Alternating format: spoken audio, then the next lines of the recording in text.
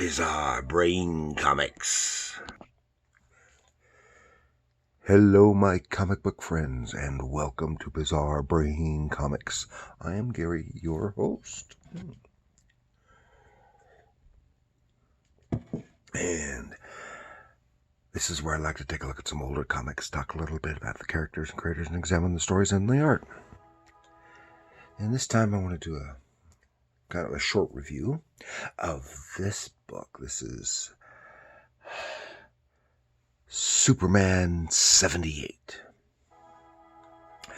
Yes, this is like the Batman 66 series and the Wonder Woman 76 series.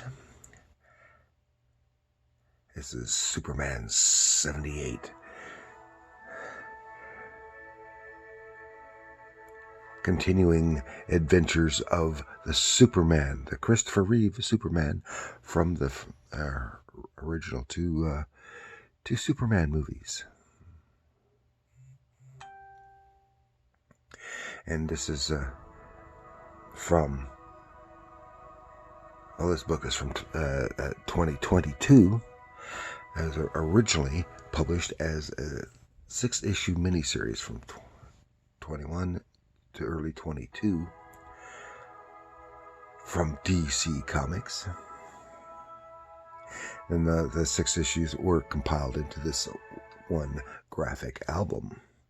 And as far as I know, that was the only Superman 78 story published so far.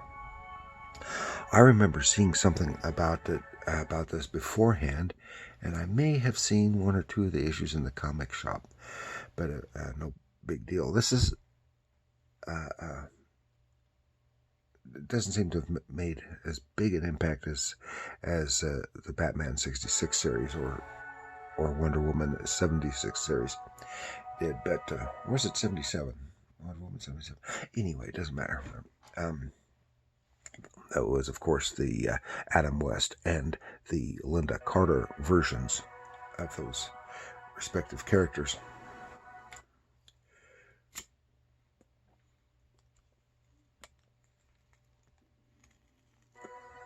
And this is a lovely graphic novel. I really enjoyed it. And this happens to be ouch, I just bumped my elbow. This happens to be a copy I got from the library, and it has to be returned. And I hadn't originally intended doing an episode on it, but I really enjoyed it enough. I thought it would be good for a quick review.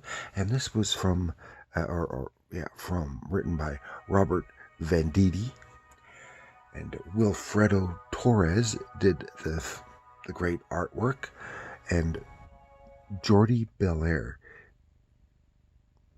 did a very commendable job on the coloring.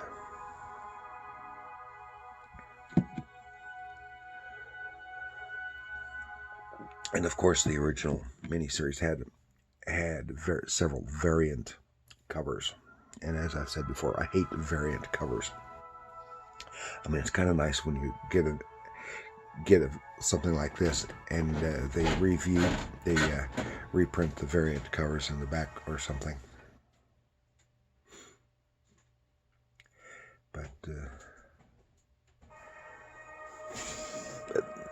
But that's what this is. I'm going to take a little look inside. Okay. Well, first I'll tell you just a little bit about the book. This is 6 issues, and this brings in Braniac into that continuity. Now, for those who may not know that when they were originally writing Superman 3, that was intended to be a Braniac story, but in the process, Braniac got left by the wayside. Just as with Superman 4 was originally intended to have Bizarro in that story, and by the time they finished it, Bizarro was gone, completely out of it. But here they did bring in Braniac, and Braniac's sensors as a robot comes to Earth, and it's obviously a Braniac. To those of us who know the pre-crisis Braniac stuff, and because one thing that's neat, it is kind of neat here, is that they use the two different versions of Braniac from the pre-crisis era. They had the Silver Age looking Braniac, with the green skin and the red dots on his head, and the very robotic and skeletal looking, very wicked looking Braniac, the version I like best from the late 70s and early 80s.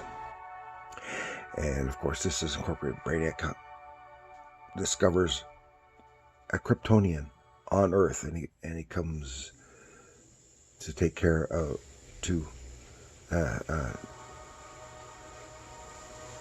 remove him from Earth because he doesn't belong here. He's a Kryptonian, and the Kryptonians are extinct, except, of course, for those who he has trapped in his bottle city of Kandor, because he is going around the universe collecting things, collecting civilizations to preserve them, those that he feels are going to become extinct, which is what happened with the Kryptonians. And they have a big battle with Superman and the robots, and then he's threatening the people of Earth with destruction to get rid of Superman. So he voluntarily surrenders. He is put into shrunk down by Braniac, put into the bottle city of Kandor, and discovers his other Kryptonians for the first time, including his parents. This is one part that I don't like, because in continuity, even then, they were supposed to have died on Krypton, and it'd be other Kryptonians. But it does have Jor-El and Lara alive there in Kandor. And in the process, he had also cultivated or requested assistance from Lex Luthor, who is out on parole, trying to get a job for his crimes, claiming that I'm going straight and all this other stuff. But it piqued his interest with a little bit of Braniac technology, and it turns out that even though he's not a good guy, Lex Luthor ultimately did help with because he put a means of communicating with Superman and helping between Kal-El and Jor-El and Lex Luthor were able to get Superman back out of Kandor, and because Braniac was going to swipe the city of Metropolis, and was in the process of doing that when he got out and had a long fight sequence between Superman and Braniac's robots and Braniac himself, and until he was defeated. Metropolis was saved, and Lex Luthor got away scot-free with a little bit of Braniac technology. And that is a very brief overview of just the story.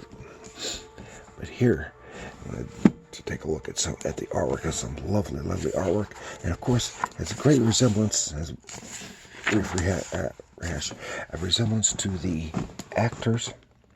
And obviously used lots and lots of still photographs of the actors, and so it's easily identifiable for both the actors, and you can spot pretty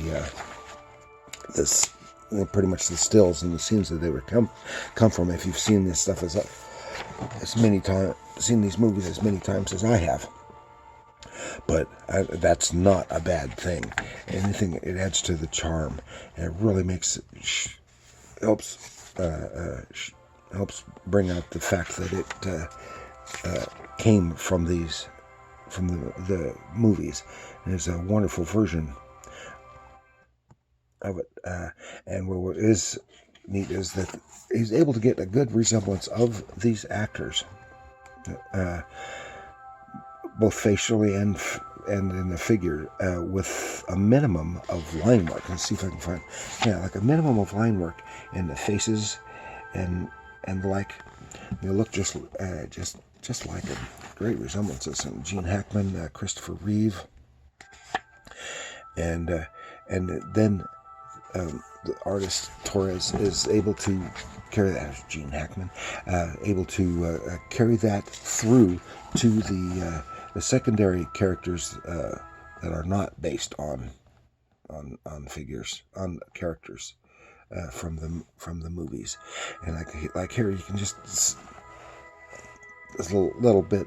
It's just like from the movies. Even down here with the clothing that Lois Lane is wearing is right from the movies. That expression, I really remember that particular expression on Clark's face, and in profile. I mean, the resemblances are so spot on. Look at that profile. Look at that Christopher Reeve profile, and all this stuff with Lois. It's just spot on. Everything is just spot on. Here, great detail on the backgrounds, and you would think that this Braniac was based on an actor. It may have been. I don't know. Now I'm trying to find a good picture of Braniac's face, and of course I can't do it at the moment. And it's just a fun read. Very nostalgic. There he is. And here's Kal-El in Kandor, as he's been welcomed home by his father and mother. And there's, you see some Braniac faces, and it does a really nice job, I think. Even though there's no actors playing him, that keeps the stylization and the style carried through. Maybe he used photo reference for him too, for all the other characters. And there we get of course, it's obviously Manhattan, but a great depiction of Metropolis. And it is just all fun. It even carries through to the smile from orbit right here. Right at the end, just like Christopher Reeve did. And so that's all I've got for that.